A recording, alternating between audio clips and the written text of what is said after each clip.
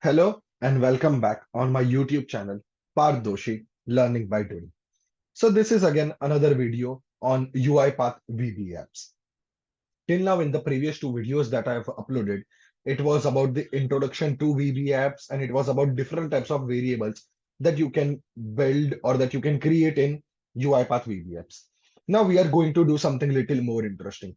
As you can already see the title of the video, we are going to build a to-do list app. It is going to involve some daytime manipulations that we are going to do, dynamically hiding and showing the controls, and many kind of different things we are going to do. So let me show you what we are going to build by the end of this video. So right now, if you see, I've created a simple app and there's nothing on the screen right now rather than selecting a date. Now, what happens after you select a date? Now, to-do list is basically you have to create a list of tasks that you want to perform today, tomorrow, or day after tomorrow. So now in this app, if I select a date which has already gone, I see a pop-up. Selected date to add task should be greater than or equal to current date. No past date can be selected. So that is something, the very first interesting feature of our app, that we are dynamically at the runtime of the app checking that what happens if a wrong date value is selected.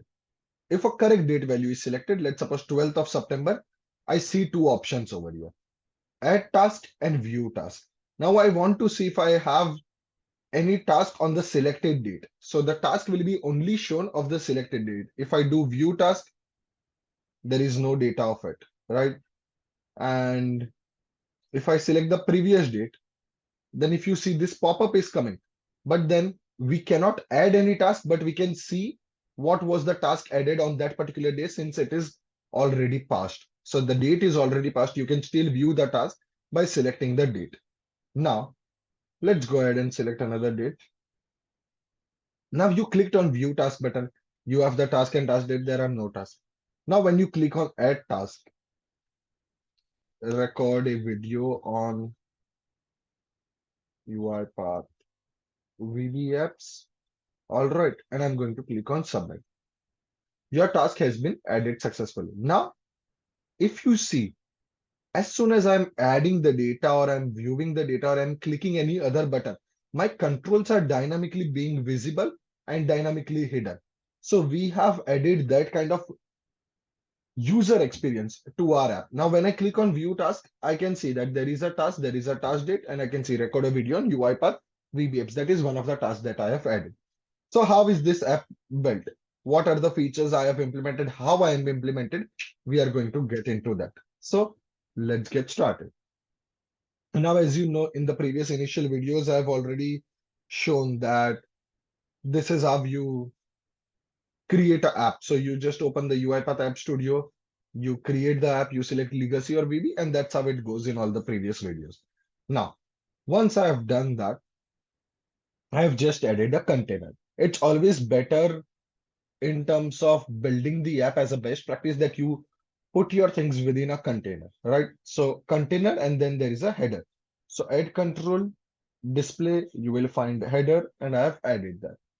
Now I have again, the select date is again into another container because that is a different control. So if you see, task date is over here. Now here you can edit the label of it. So I have given label as select date. Required is false. You can make it true. So we are going to make it true and we are going to save it. And there are custom error messages. So we can write, please select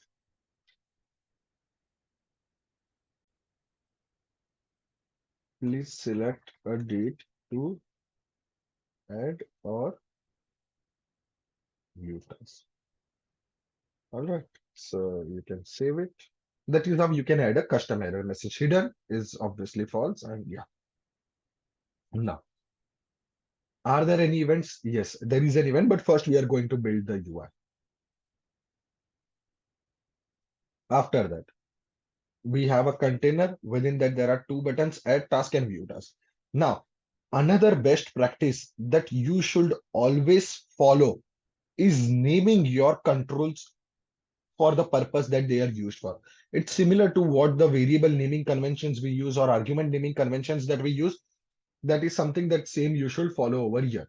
So if you see view task is view task button, add task is add task button. So from here as well, you can, easily navigate. Now I don't have the containers rename, but here it is an option container. Then I can rename this. Then there is task data container, then add task container. So all these are containers. So always place your UI elements if they are for different purpose in different containers, so that it is easy to navigate and edit for a better customer experience as well. So now we have simply added two buttons. The property of this container is horizontal. So that is the reason they are coming side by side.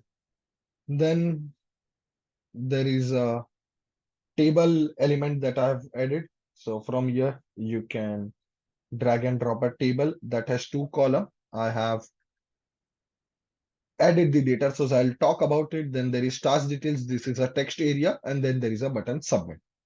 All right. So now the very first thing, if I refresh the app, initially all my controls and all my containers are hidden. So how am I doing that?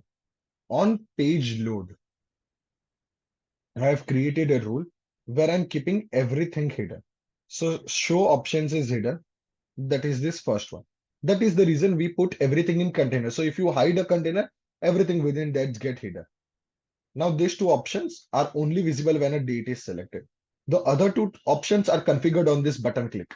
So initially we have to hide three containers. The first container is this one. Now, if I go to general, you will see hidden. We are using a variable. Show options. You want to see how to create variables and use them? You can check out that in this video. Variable types in VB apps. Now, that is one that we have created. The other is this container. If you see over here, show view task, hidden property, there is a variable. Then there is another container over here, add task, show task data. Again, it is a hidden property configured. So on page load, we are initially itself hiding three values over here. That is three containers. Now, what happens when a date value is selected or a date value is changed? I have written an expression. And if you remember, we were saying this message that selected date to add task should be greater than no past date can be selected to add the task. Okay. Now, if you see here, I've written a VB expression. Now in legacy app, this was not possible, but in VB apps, you can do that. So let's see what the expression is. I'm using a date time function, that is date difference. I want the intervals of days, convert dot to date time. Now I'm accessing my drop down value using this particular syntax. So what is it? Main page dot task date dot I want its value. I want to convert it to toString. It's the same VB expression that we write in UiPath Studio as well.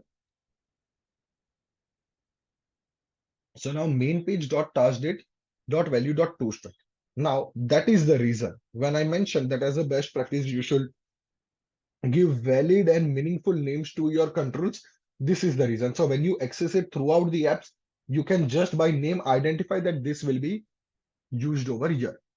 So now I want the date difference in days between two dates. So I'm passing my first date and the today's date. Now, once I pass that, I'm checking if it is less than equal to 0.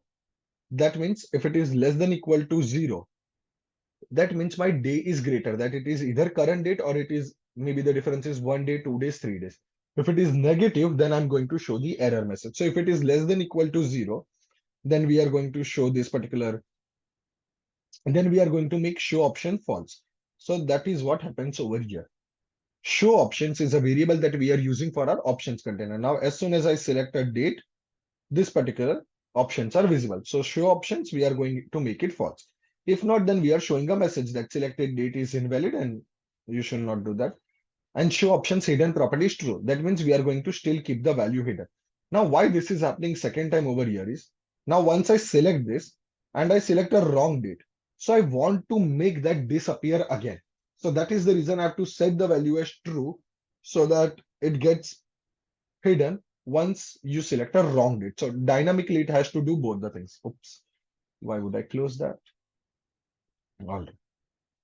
So yeah, this is the first way we are configuring it. Now in the similar way, we are doing on buttons as well. Show task data false, but show view task, making it true. So what I'm doing is on click of add task, I'm making this property as false. That means hidden is false, but I'm hiding this particular container, which is my task data. Because if you are switching between the buttons, we don't want that once it is clicked, then it should be always visible. We want to hide it to and fro so that it is not continuously visible, right? So that is the reason on both the buttons we have configured this.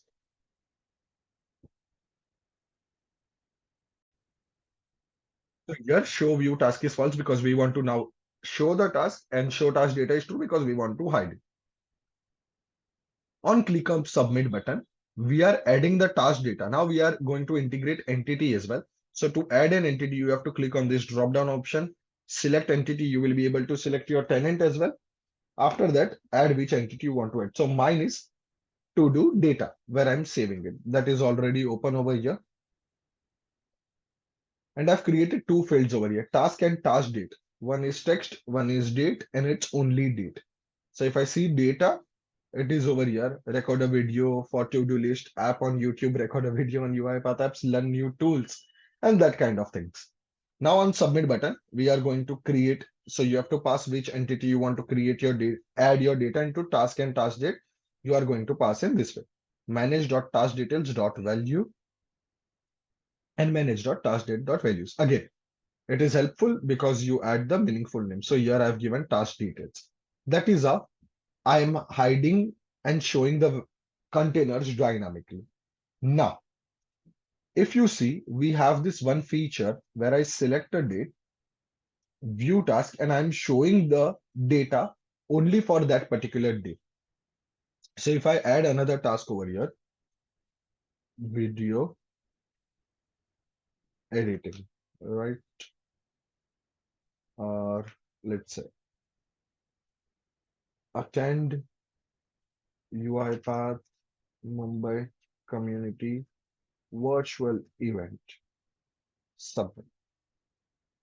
It is added view task. I can see two tasks over here. Now, if you see, I'm only displaying the data of the date which is selected in select date. Now, how we are doing that? If I go over here, open expression editor. This is the expression that we have written to filter the data. Now, don't get worried with this, right? How are you going to write such a complex expression, or how are you going to do that? UiPath has made your task easier of writing this kind of expression by providing a query builder. So you go to query builder, you select an entity that you want to work with, and then like our filter data table, you just simply add the conditions over here, and that complex query will be auto-generated for you. So that is what I'm doing over here. Task date equal to main page dot task date dot value, which is the one that we are selecting in the dropdown, and created by. So if you see here, all the entity columns will be auto-populated, created by email. You can select and or. And to get the current email, you have to use this particular syntax. User context dot user dot current user dot email is what we are getting over here. So once I cancel this and once I save this, right? If I open the expression editor, this will be auto-generated. So if you see, if you modify this expression, you will not be able to go back to Visual Query Builder. So UiPath apps product team has made your task so simpler by providing this particular feature that you can just simply use the query builder and you can show and display the data with whatever conditions and whatever custom expressions that you want to. So this is how I have created my dynamic to-do list app with multiple features like dynamically showing and hiding the controls, working with date manipulation, working with Boolean variables, and many different things that you saw in this app. So it was a small app, but it was more to help you understand the concepts of what you can do within UiPath VB apps. Now, one more addition that you can do over here is when I select a date, I get two options, add task and view task. Now, what if I want to view all the tasks that I have added till now, right? So what you can do is you can add one more button over here that says view all tasks, and it can show all the tasks that you have added till now. So that is something that you can put as an add-on to this app, and you can enhance your app. Also, do comment any use cases that you would like me to build on VB apps, and I'll be happy to make a video on that. There are more other videos that I'm planning to make of more different features of UiPath VB apps that will be soon coming in. But thank you for watching the complete video. I hope this video helped you understand more in detail about UiPath VB apps and what are the functionalities that are supported. If you have any questions or any doubts, feel free to put that in the comment section and I'll be more than happy to make a video. Thank you for watching the complete video. See you in the next video.